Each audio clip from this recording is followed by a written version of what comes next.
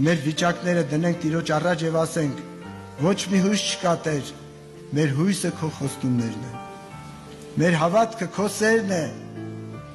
Մենք եկել ենք, դու սիրող հայրն ես, եւ այդ սերը ձրի է, որտեվ Աստված սեր է սիրելիներ, եղբայրներ քույրեր։ Եվ երբ որ մարդիկ ապավինում են եւ Տերը օրհնում է, նրանք միայն եթե պարծենան են միայն Քրիստոսով, միայն փառավորում են Տիրոջ անունը։ Շատ կարևոր է այս հավատքի հրաշքը։ Ամենամեծ հրաշքը